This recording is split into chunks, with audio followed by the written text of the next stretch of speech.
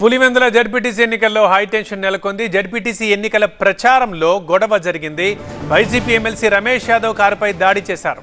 Car అద్దాల్ని ధ్వంసం చేశారు TDP కార్యకర్తలు. కడప జిల్లా నల్గొండవారిపల్లిలో ఈ ఘటన జరిగింది. ధ్వంసమైన కార్ని మనం చూస్తున్నాం. రైట్ సైడ్ బాక్స్ లో రమేష్ యాదవ్కి డాక్టర్లు చికిత్స అందిస్తున్నారు. ఎన్నికల ప్రచారం చేస్తుండగా దాడి చేశారంటూ మండిపడ్డారు రమేష్ యాదవ్. అలాగే తమపై దాడి చేసిన వ్యక్తులు రాడ్లు, పెట్రోల్ బాటిల్తో వచ్చారని రమేష్ యాదవ్ డ్రైవర్ చెప్పారు. లోపల ఎమ్మెల్సీ ఉన్నారు అని చెప్పినా కూడా వినకుండా దాడి చేశారంటూ రమేష్ యాదవ్ డ్రైవర్ చెప్పడం మనం చూసాం.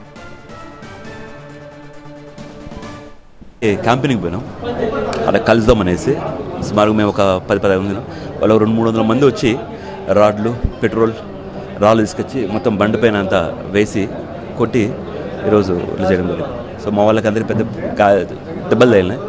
రాళ్లతో మొత్తం బండ్ల పైన వేసి రాడ్లు తీసుకొని లోపలికి కొట్టడం జరిగింది. ప్రచారం ఎవరు టీడీపీ వాళ్ళే దాడి చేశారు.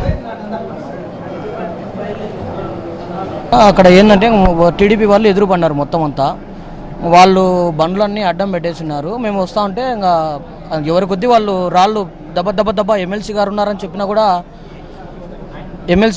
చెప్పినా కూడా వినుకోకుండా దెబ్బ వేయడము, రాళ్ళు అంత రాడ్లు అన్నీ వేసేసినారు. దెబ్బ కొట్టేసినారు ఎక్కువ. బండి పైన కూడా పెట్రోల్ బాటిల్లో పెట్రోల్ కూడా పోసుకొని వచ్చినారు. బండి పైన కూడా పెట్రోల్ పోసేసినారు.